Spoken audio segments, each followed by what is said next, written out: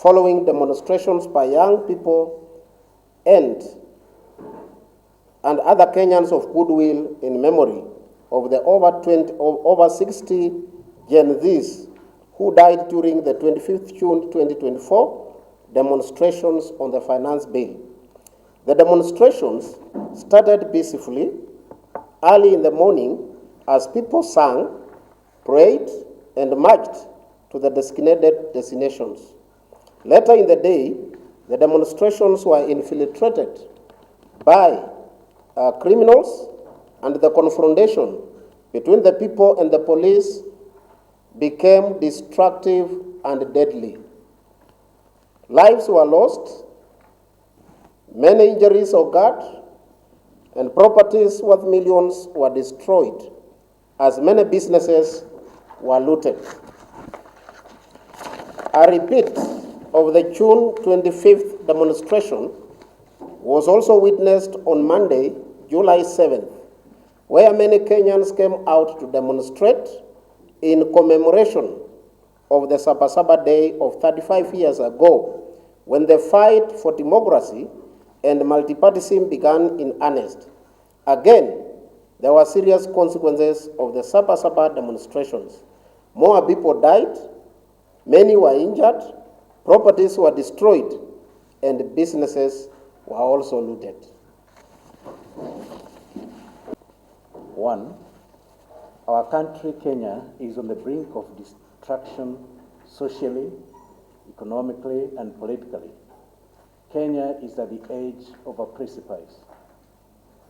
The need for political soberness, both by Parliament and the Executive, is more urgent than ever before.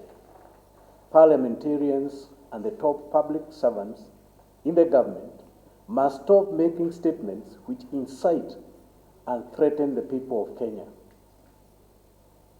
For the sake of justice, peace, and good order in building the nation of Kenya, Parliament and the Executive must listen to the people keenly in carrying out their responsibilities, because the people of Kenya are sovereign, according to the Article 1 of the Constitution of Kenya.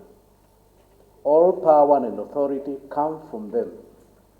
For the citizens, the need for true brotherhood and love for one another, irrespective of where they were born, is critical in ensuring that the country stays together today and in the days ahead.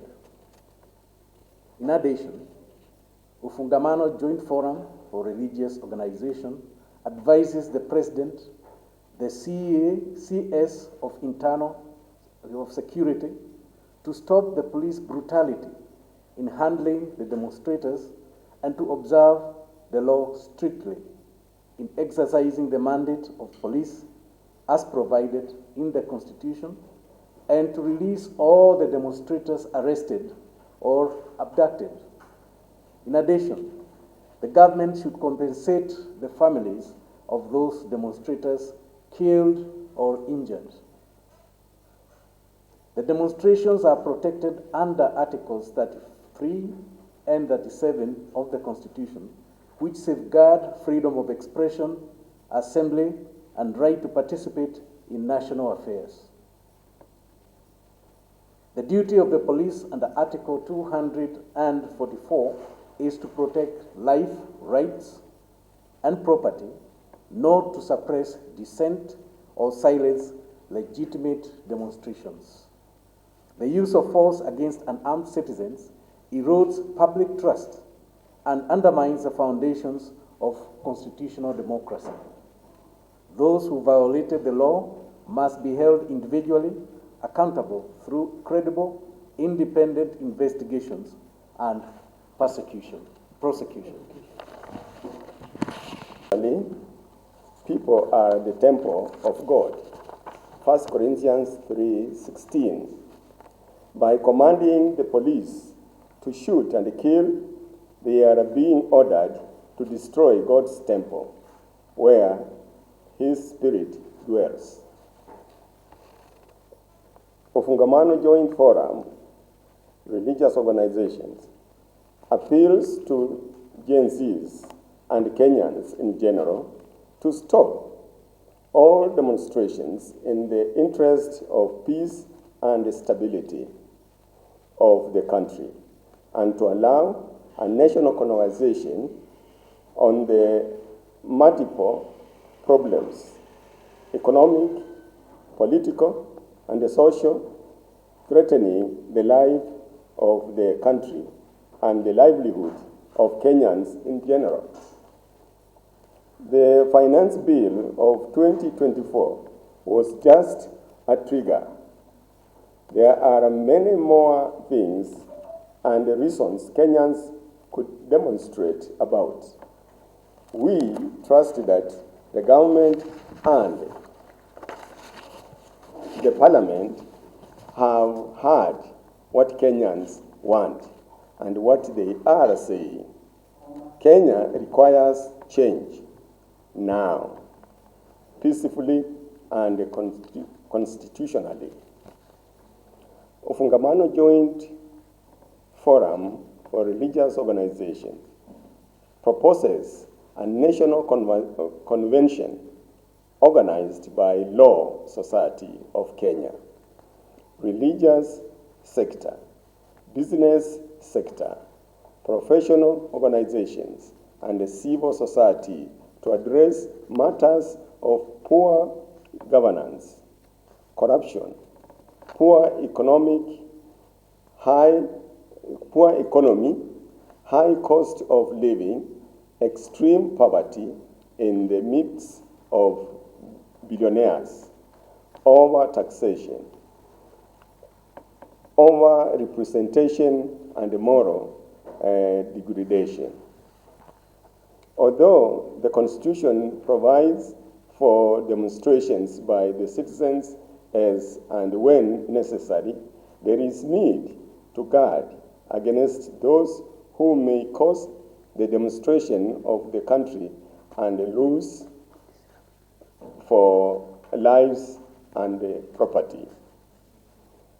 Ufungamano Joint Forum, religious organization, also call upon all the religious organizations, religious leaders, and houses of prayer to set aside days and times of prayer to intercede for the nation of Kenya.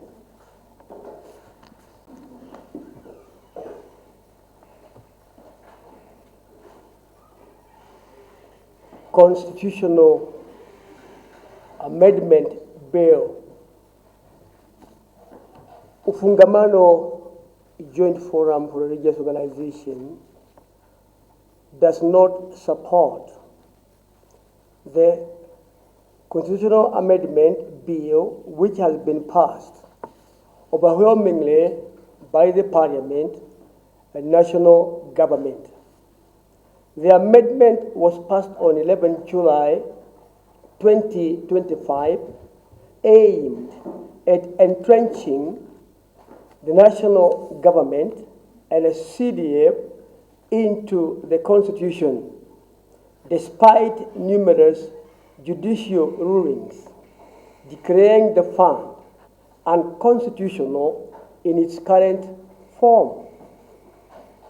This matter was executed without meaningful public participation, in clear breach of Articles 10, 255, 256, and 257 of the Constitution. Parliament has usurped a role which belongs to the counties and the national government. MPs have no power to administer public funds. Ufungamano Joint Forum, a religious organization, urges the Senate to reject the bill. Ufungamano Joint Forum, a religious organization, also urges the Ruto Society of Kenya to move to High Court to petition for the nullification of any unconstitutional amendments seeking to entrench the national government and CDF. Proposed construction of a church at the State House.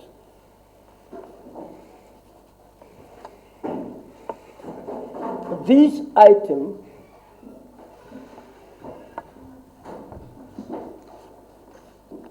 this issue has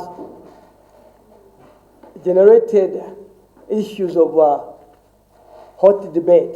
Jesus, when he was talking to the disciples, he said, if you go to one village and you are rejected, don't force yourself there. Go to the next.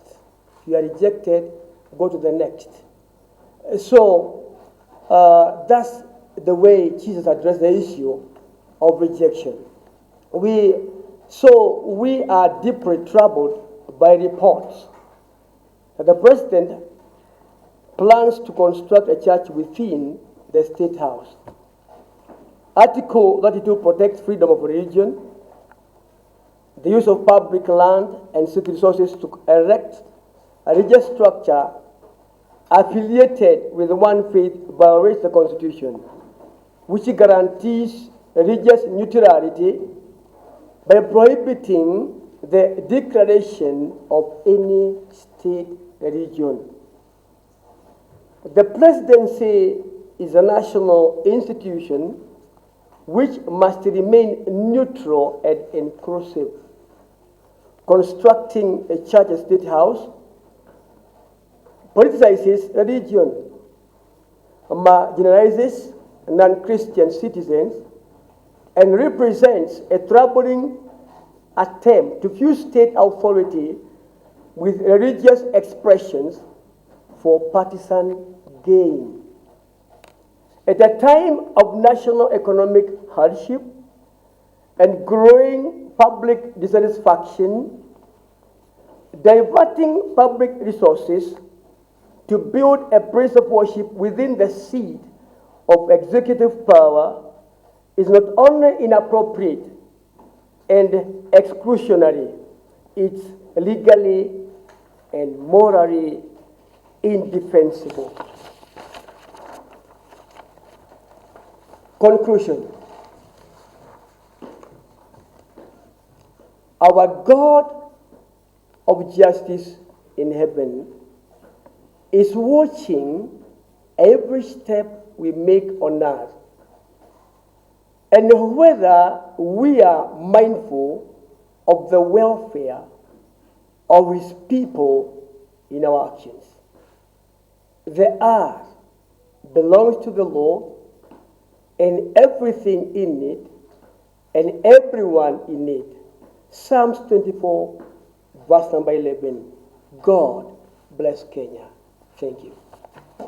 But it's important to recall the rationale behind the move towards devolution was to devolve resources and power to the grassroots. Now, this is a move to claw back that provision and that movement. In a way, it's a way of trying to cripple the operations of the devolution, the devolved unit. Because, again, that's number one, that we need to strengthen the gains that we've gotten from our movement to devolution, where power and resources are closest to the people at the grassroots. Now, this is a move by this provision of that enactment to try to bring back to where politicians, especially at the national level, parliament, to control and reduce the resources that go to the devolved unit. That is against the spirit of devolution. And we do not want, as Kenyans, we have made a decision to devolve power and resources closest to the people. And it also affords people the opportunity to participate in the management of their resources, to set their priorities and to manage their resources, which they generate through their taxation. That is one. Number two, Parliament does not have the responsibility of managing resources. It has the business of passing legislation after consultation with the people, because they represent the people. They should not pass any laws, enact any bills without proper participation and consultation with the people, because they represent the people. They are people's servants. They are not people's masters. They should not dictate the business of the people. So they have usurped the role of the county government and the national government.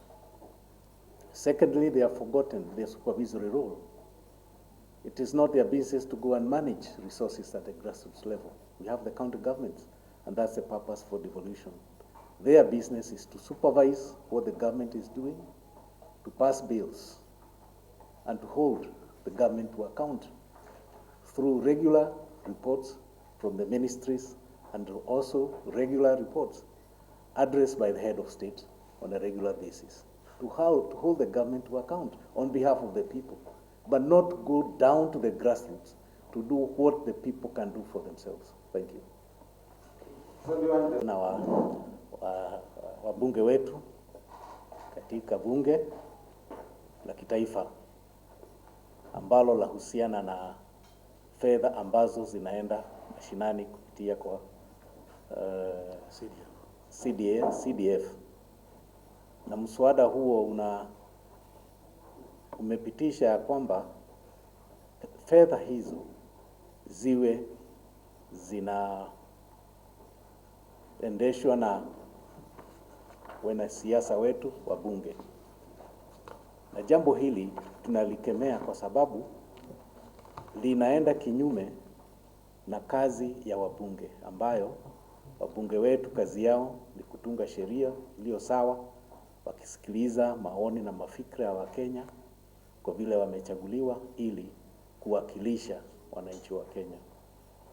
Na jukumu lingine ni kuchunga vile serikali inaendesha shughuli zake kwa niaba ya Wakenya, na kuchunga vile serikali inatumia pesa ambazo inatoa kwa kodi za Wanakenya kushughulikia na kutoa huduma ambazo Wakenya wanahitaji, na hivi kwamba sio jukumu lao kikatiba. Jukumu la kufikisha uwezekanaji wa kufanya kazi na pesa na mali za huduma za umma, jukumu hilo limepatiwa serikali ya county, sio serikali ambayo ni ya hawa wabunge, sio jukumu lao. Kwa hivyo ni kama vile wanapokonya jukumu hilo waweke kwa mikononi mwao, na tunajua wanasiasa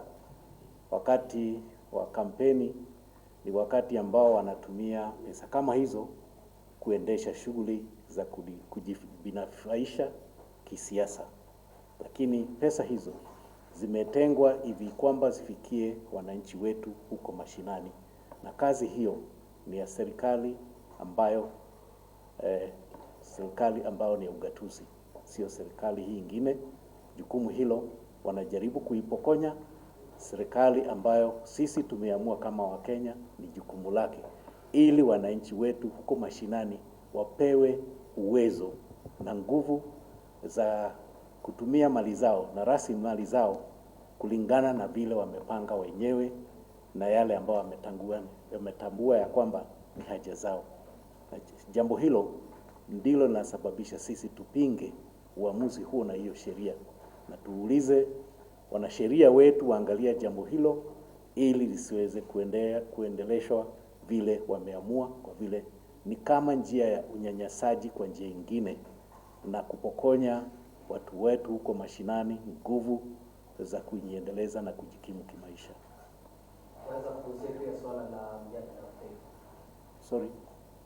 Swala la mjadala wa kitaifa, national dialogue. Kitaifa ni wa muhimu sana, kwa vile hata kama tuna uchungu wa moyo, lazima tutakaa pamoja ndio tujadiliane yale ambayo yanatuhusu kama Wakenya. Na hiyo nafasi ndio watu wetu wamekosa kupata. Hii ndio unaona wanaenda huko kwa mabarabara kuonyesha na kutangaza hasira zao. Kwa vile nafasi kama hiyo ingekuwako, watu wote wa Kenya wote wa tabaka tofauti wangekuwa na nafasi bora na muhimu ya kujadiliana na kuwaza yale ambayo yanatuhusu na kuamua ni njia gani ambayo inatufaa kama Wakenya. Shida ni kwamba serikali ambayo iko wakati huu inaonekana kama ndio imekosa katika majukumu yake katika mambo ambayo Wakenya waliwachagua kutimiza. Ndio Wakenya wamekasirika na wanaona ya kwamba pengine sio serikali ambayo iko ambayo ingeongoza katika kuandaa mjadala wa aina hiyo, kwa vile serikali yenyewe ndio inahukumiwa katika jambo hilo. Kwa hivyo tuna haja ya wengine katika nchi yetu, katika taifa letu, ambao wanaweza kukubalika na umati na wingi wa Kenya, ya kwamba wataendeleza shughuli hiyo ya mjadala huu, ili Wakenya kuwe na uhuru wa kueleza mawazo yao na mahitaji yao kwa njia ambayo wanasikiza, najua ya kwamba itasikika na itajulikana na itakubalika, kwa vile wao watakuwa na nafasi ya kuchangia bila kushurutishwa ama kutishwa kwa njia yoyote.